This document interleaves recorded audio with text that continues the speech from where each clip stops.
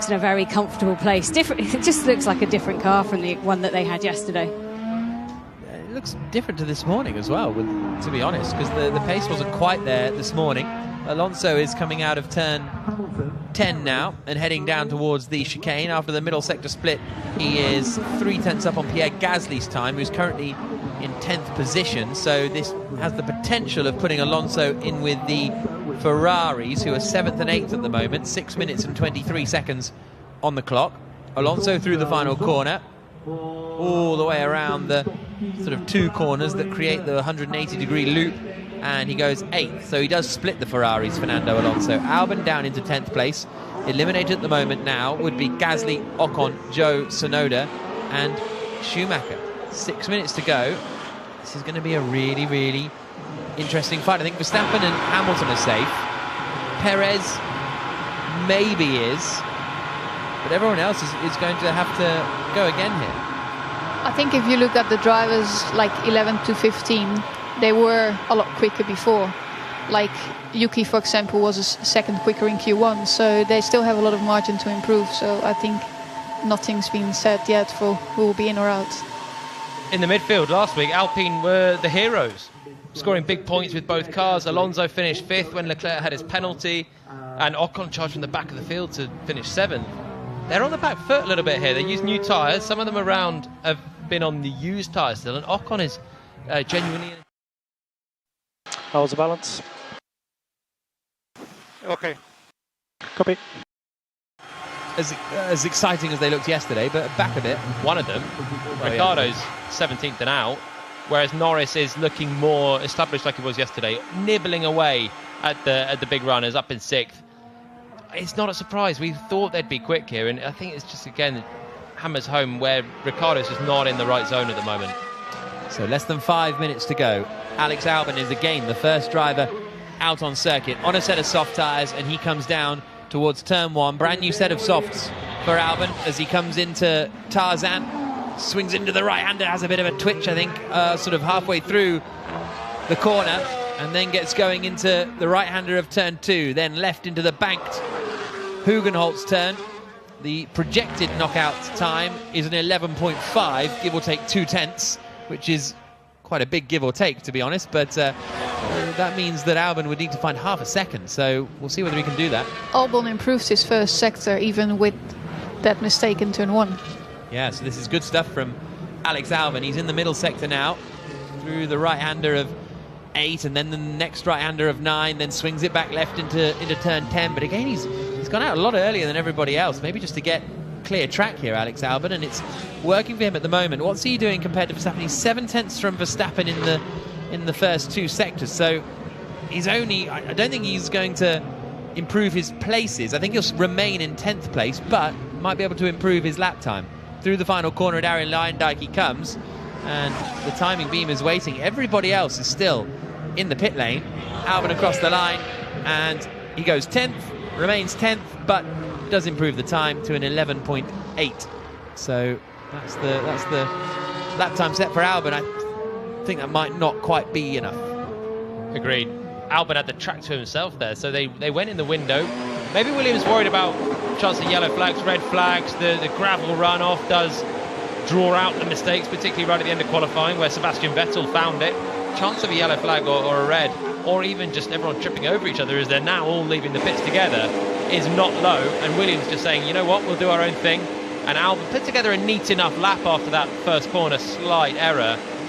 I don't think it's going to be enough though. 10th for now, but Gasly and Ocon, Zhou was all right earlier, Tsunoda was very quick in Q1, and Schumacher, they'll all be having a stab at beating that 11.8 from Albon.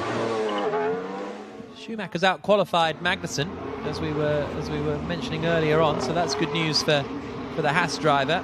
Everybody else leaving the pit lane now, so 3 minutes to go was definitely the time to depart.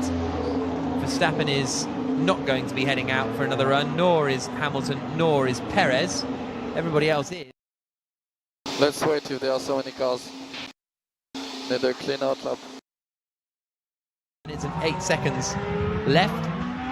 Charles Leclerc has gone out for another run because he's only in 9th place. It wasn't a quick first lap for both Ferraris. Sainz in 7th and Leclerc in 9th. We saw in the last session that they were not quick on the first lap, but found a lot of pace on the second lap. So we'll see whether it's the same again.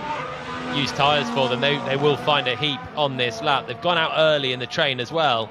It's Charles Leclerc now launching up for a flying lap. Carlos Sainz is in a bit more traffic actually, with a few cars in between. He's just coming around the second sector on his outlap, so he is at more threat of tripping over someone.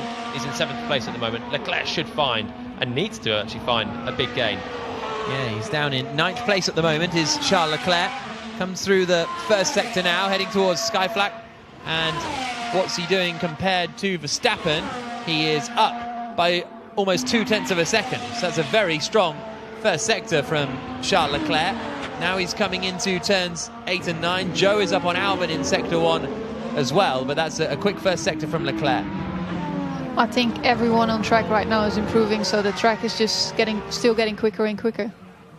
Also improving was Lando Norris in the McLaren. He's on the fastest first sector of anybody. A little bit of traffic and squabbling for position there between Tsunoda and Schumacher coming into the chicane.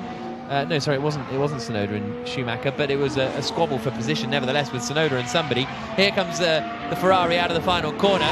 Charles Leclerc flashes through and heads towards the line. Checker flag is going to be out in about 25 seconds, but Leclerc goes second fastest. Fastest final sector of anyone, 600 slower than Max Verstappen. Now here comes Joe. The Alfa Romeo driver gets ahead of Alex Albon. Alonso. So timing's good, Lance. There's no need to push past. Just prioritise your tyres. You've got 6 seconds back to Ocon, who's exiting the pits, and then Russell Tsunoda behind him.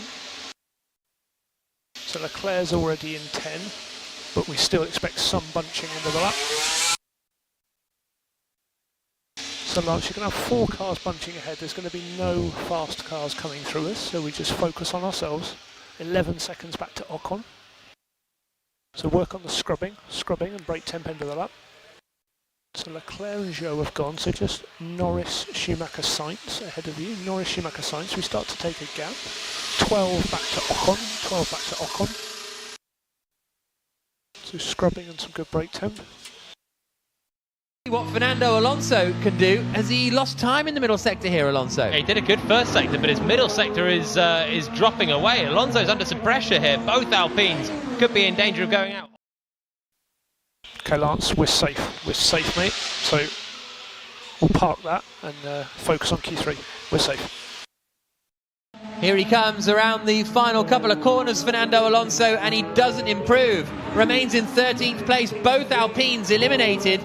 Gasly out in 11th, Ocon out in 12th, Alonso 13th, Joe 14th, Albon 15th. Fair play to Schumacher and Tsunoda, 2 drivers who are under a bit of pressure, quite simply, and they've both done a very good job there. Here's Alonso's radio. Traffic, Red Bull in turn 8. I don't know what he was doing. A Red Bull in turn 8. I wonder which one that was, because in qualifying, that's the thing that can be a slam dunk pen. He lost a load of time. He actually found a big chunk compared to himself in the first sector. Here we go, on board then into turn 8, and it's Perez. It's Perez, and I think... Solid qualifying and boxes lap, box spots. Yeah, copy. Thank you. Not an easy day for the team, but yeah, keep pushing. Bit of a grey area, that one. That'd be a tough one to give a grid drop for, wouldn't it? I think so. I think Perez was far enough ahead, and probably it was a little bit of dirty air. Solid qualifying and boxes lap, box spots. Yeah, copy. Thank you. Not an easy day for the team, but yeah, keep pushing. It's Joe in 14th position. It's tricky to get out the way in that middle sector, though, isn't it? It's very sort of twisty that you don't get a lot of clear sight behind you. Perez needs to be warned by his engineer about Fernando Alonso coming up. I think he's probably okay. Yeah, it's difficult as this track because there's a lot of blind corners, you can't see far ahead, so you really need to rely on your engineers telling you where the other car is, because yourself you can't see it. The speed difference is too big. Q3 will start at 15:54, so that is in 6 minutes time, 6 minutes and 15 seconds. So for the next 6 minutes and 15 seconds, let's go to Jenny Gao. Thanks very much. Just looking at the results of that, and Schumacher, what a tremendous job he's done. P9 in the Haas. Magnussen was out in the first part of qualifying, also went 4 wheels over, so got his time deleted, I think you said. And Schumacher is a man under immense pressure. He doesn't have a contract in place for next year. The seats on offer seem to be diminishing on a daily basis almost, and the opportunities there for him. He was told earlier on, the press conference happened earlier on, where his boss Günther Steiner was saying that he is in the frame at Haas, but then so are an awful lot of other drivers. But it's like times like that where you've really got to show what you can do. And he's done just that. Hats off to him. I'm really impressed by that performance. That wasn't 6 minutes. He's as pumped up as the crowd right now. Yeah, you want me to keep on going? I don't think anyone wants me to talk. Just buttoned out exit of the last corner. So just check floor and everything. Okay, understood.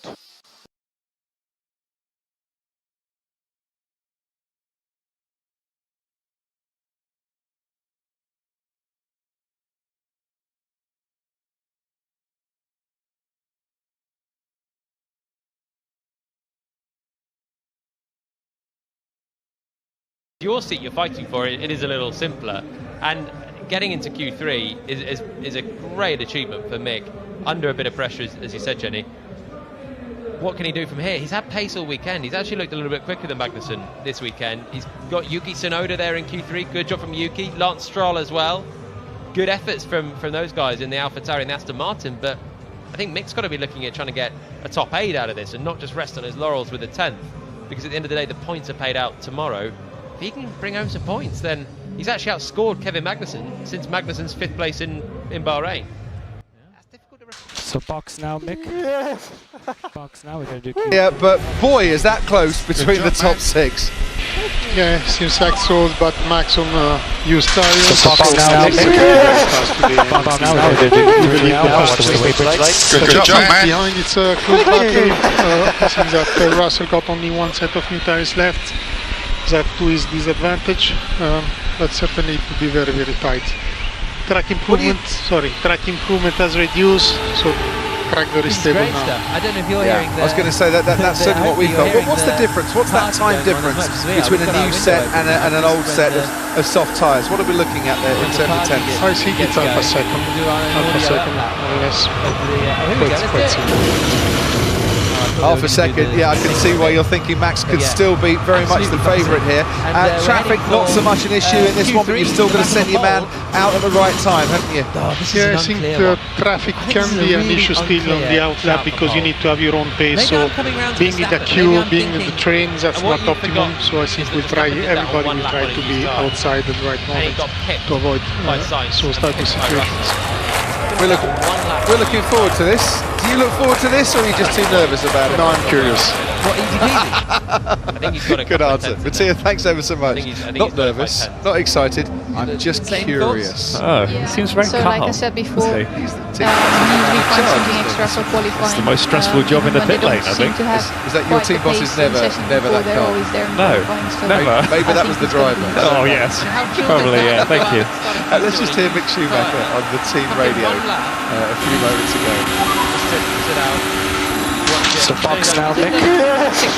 Box now, we're going to do Q3 now. Watch the way bridge lights. Good job, He was out in Q1. Thank you. I don't know what happened to one of his runs, but they must have been aborted.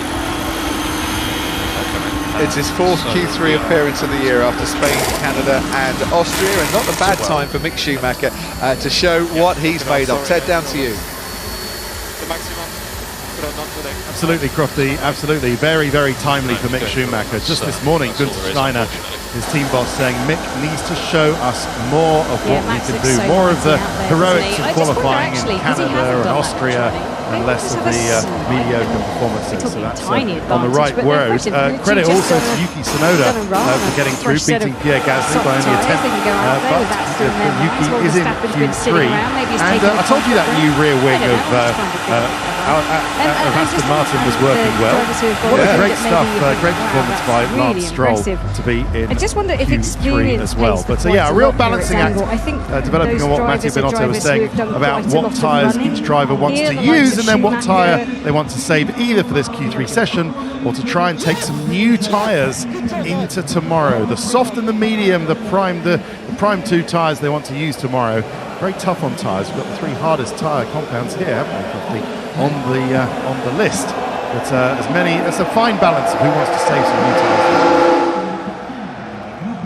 So as the cars trundle down to the end of the pit lane and the green light is on, the crowd stand and rise to cheer Max Verstappen on to what they hope will be a second successive pole here this year. Sky Q and Sky Glass customers, there's been an awful lot to look at in qualifying so far. You can watch the highlights alongside the line of action by pressing the red button. Jensen button, who's your money on for pole? Went through the gravel. Schumacher's been quicker than Stroll. All right, go on, who's my money on for pole? You don't want to spend it. It's nice to see Max out on track first again. Normally you don't go out on track at the start of the session, but I guess he just wants clear air. You know, they feel that the pace is good enough that they can just go out there in clear air. So it's definitely, you know, you could say brave in some ways, but not in others. But no, I'm looking forward to this session. Is that you saying Max is going to get pole? No, it's such a difficult one. You can say that, yeah, he didn't have a new tyre. You know, he's been on used tyres compared to the guys that have been around him, but I don't think it's half a second. I think the Ferraris are going to challenge Max in Q3. Anu, Piquet, Prost, Verstappen, previous pole sitters the last 5 times we've had a Dutch Grand Prix. Remember last season, Verstappen here was, I think it was the smallest margin for pole of any race last year, wasn't it? 3 100ths of a second. Narrowest margin for any of his 10 poles in 2021, but his DRS wasn't working on his final flying lap. Here he goes for a flying lap here. He's in the final part of qualifying, along with his teammate Sergio Perez. Lando Norris is already out of the garage for McLaren. Mick Schumacher and Yuki Tsunoda, their 4th Q3 appearance of the season. Carlos Sainz, 2 poles this year. George Russell, a pole this year, one of 3 brand new pole sitters in 2022. Also in this part of qualifying, Leclerc, who's got the most poles of anyone in 2022. Hamilton and Lance Stroll for the first time since Miami, all in Q3, and this could be the man they've all got to catch, and the 24.2 is pretty rapid in the first sector. I don't often stand back from a TV because they can't actually come through the TV, but turn 3, the oversteer backside on the curb there, it was proper aggressive. Obviously Purple's first sector is the first man on track. Listen to the crowd going wild for the local boy. But the Red Bull is better. His teammate Sergio Perez, who the first sector was